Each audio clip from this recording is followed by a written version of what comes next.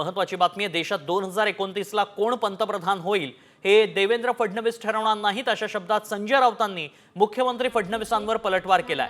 वडील जिवंत असताना मुलांनी विचार करू नये असं काल फडणवीस म्हणाले होते। ते राष्ट्रीय स्वयंसेवक संघ ठरवेल असं दिसतंय या क्षणी। म्हणूनच मोदींना काल बोलवून त्यांच्याशी चर्चा करण्यात आली आणि संघाची चर्चा ही बंद दाराआड असते,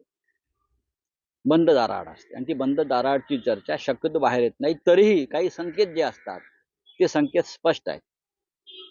संघ ठरवेल पुढला नेता आणि तो बहुतेक महाराष्ट्रातला असेल। मोदीजी काम करणार आहेत, आमचा सगळ्यांचा आग्रह आहे।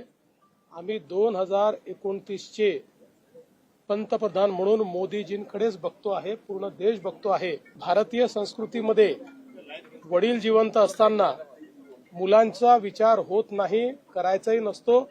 ही सगळी मुघली संस्कृती आहे की वडील जिवंत असताना मुलं अशा प्रकारचा विचार करतात। त्यामुळे आता कोणाचाही कुठेही उत्तराधिकारी निवडण्याचा वेळही आलेले नाही, तसा प्रश्नही नाही।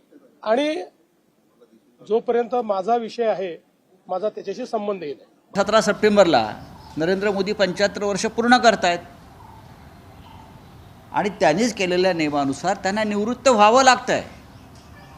हे देवेंद्र फडणवीस ठरवणार नाही आहे। त्यांनी किती बोलू द्या, बाप जिवंत असताना काय वारसदार ठरवला जात नाही, मोगली संस्कृती आहे। कोण बाप, कोणाचा बाप, कोणाचा बाप? देशाला बाप नाही आहे।